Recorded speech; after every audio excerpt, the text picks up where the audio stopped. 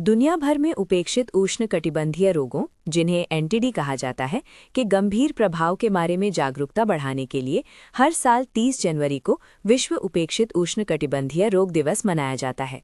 ये दिवस मुख्य रूप से गरीब और वंचित आबादी पर पड़ने वाले इसके असर को रेखांकित करता है।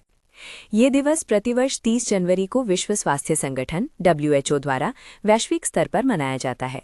इसका मुख्य उद्देश्य उपेक्षित उष्णकटिबंधीय रोगों के विनाशकारी प्रभाव के बारे में जागरूकता बढ़ाना है, खासकर उन समुदायों में जो आर्थिक रूप से कमजोर और उपेक्षित हैं। 30 जनवरी 2026 को इस महत्वपूर्ण दिवस का 7वां अवलोकन चिन्हित किया जाएगा। वर्ष 2026 के लिए इस दिवस की थीम अंग्रेजी में यूनाइट, एक्ट, एलिमिनेट रखी गई है, जिसका हिंदी अर्थ है एकजुट हों, कार्य करें, उन्मूलन करें।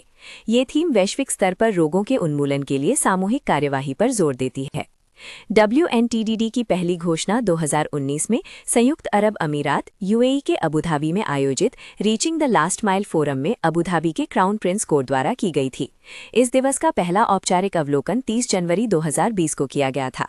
बाद में 31 मई 2021 को 74वीं विश्व स्वास्थ्य सभा (WHA) ने निर्णय WHA 7418 के माध्यम से आधिकारिक तौर पर 30 जनवरी को WNTDD के रूप में नामित किया, जिसे UAE, ओमान, ब्राजील और अन्य सदस्य देशों का समर्थन मिला। ये दिवस पहला एनटीडी रोड मैप 2012 से 2020 तक और लंदन घोषणा जारी होने का प्रतीक है, जिसने वैश्विक कार्यवाही की नींव रखी, जिसे बाद में 2021 के एनटीडी रोड मैप 2021 से 2030 तक और 2022 के किगाली घोषणा द्वारा मजबूत किया गया। उपेक्षित उष्णकटिबंधीय रोग (एनटीडी) 21 संचारी रोगों का एक समूह है जो परजीवियों, बैक्टीरिया, वायरस, कवक और विषाक्त पदार्थों के कारण होते हैं। ये रोग मुख्य रूप से उष्णकटिबंधीय और उपोष्णकटिबंधीय क्षेत्रों में अधिक प्रचलित हैं।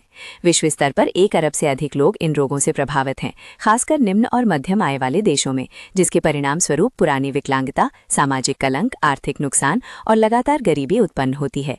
प्रमुख एनटीडी में लसिका फाइलेरिया, ऑन्कोसेरियसिस, शिस्टोसेमियासिस, कुष्ठ रोग, ट्रैकोमा, डेंगू, चिकनगुनिया, रेबीज और सांप के काटने से होने वाला विष शामिल है।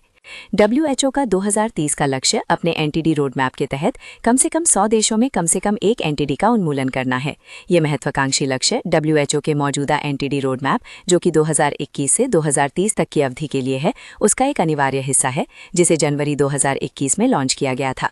2024 में दुनिया भर में लगभग 1 अरब लोगों को एनटीडी हस्तक्षेपों की आवश्यकता थी। हालांकि ये संख्या 2010 की तुलना में 36% की कमी दर्शाती है, जो कि सकारात्मक प्रगति है। जनवरी 2026 तक की प्रगति के अनुसार 58 देशों ने सफलतापूर्वक कम से कम एक एनटीडी का उन्मूलन कर दिया है, जो वैश्विक उन्मूलन लक्ष्यों की दिशा में एक महत्वपूर्ण सफलता है।